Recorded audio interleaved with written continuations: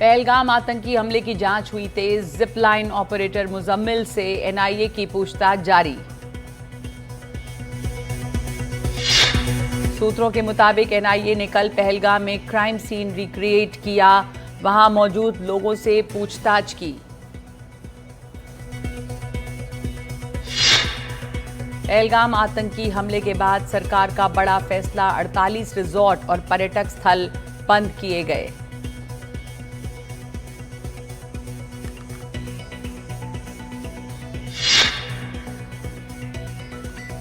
लगातार 5वें दिन एलओसी पर पाकिस्तान ने किया सीज फायर का उल्लंघन। कुपवाड़ा बारामूला में फायरिंग, भारतीय सेना ने दिया मुंहतोड़ जवाब।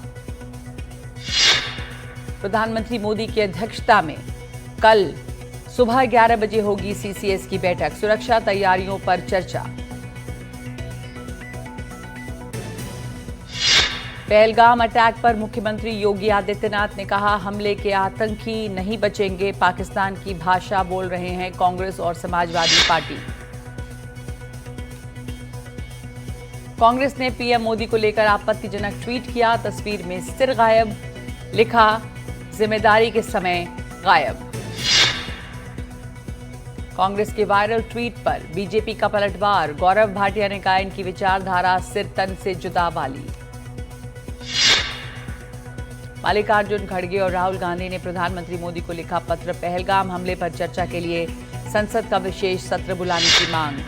यूएन में भारत ने फिर पाकिस्तान को झाड़ा, कहा आतंक का पनाहगार है पाकिस्तान, अंजाम तक पहुंचेंगे गुनहगार। दिल्ली में स्कूलों की मनमानी के खिलाफ बड़ा फैसला, दिल्ली स्कूल फीस एक्ट को कैबिनेट ने मंजूरी दी। प्राइवेट स्कूलों में मनमानी फीस पर लगाम लगेगी। एनडीटीवी ने स्कूल फीस को लेकर चलाई थी मुहिम। कोटा में एक और कोचिंग छात्र की आत्महत्या, बिहार के कटिहार का रहने वाला था मृतक छात्र, 15 दिन पहले ही नीट की तैयारी करने आया था कोटा।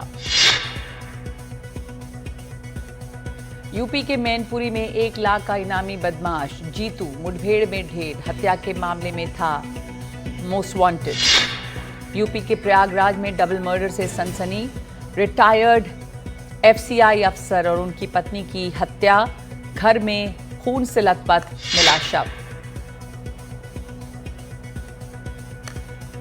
मुंबई के बांद्रा के शोरूम में भीषण आग से हड़कंप, हादसे में कोई हताहत नहीं, भारी नुकसान की आशंका। नोएडा में कबाड़ की दुकान में लगी आग, आसपास की दुकानें भी आग की चपेट में आईं, लाखों का सामान जलकर राख। राजस्थान में भीषण गर्मी, बाड़मेर में गर्मी ने 56 सालों का रिकॉर्ड तोड़ा और पारा 46.4 डिग्री तक पहुंच गया। ओडिशा के कई जिलों में भारी बारिश से हालात खराब, कई जगहों पर जल जमाव की स्थिति, तेज हवा के कारण पेड़ गिरे। मौसम विभाग के मुताबिक अगले 5 दिन ओडिशा में बारिश से ऐसे ही हालात बने रहेंगे। कटक और भुवनेश्वर में भारी बारिश ने कई इलाकों को प्रभावित किया। कर्नाटका के कोप्पल में ओलावृष्टि और बारिश से फसलों को भारी नुकसान, कई जगह पेड़ और बिजली के खंभे उखड़ गए। सिक्किम में रिकॉर्ड तोड़ बर्फबारी, सड़कें बर्फ की सफेद चादर से ढक गई हैं। इस ताजा बर्फ को देखने के लिए पर्यटक आ रहे हैं। सिक्किम आने वाले सैलानियों की संख्या लगातार बढ़ी है। मार्क कार्नी होंगे कनाडा के नए प्रधानमंत्री। आम चुनावों में कंजर्वेटिव उम्मीदवार पियरे पॉलिवर को हराया। पीएम मोदी ने दी मार्क कार्नी को बधाई।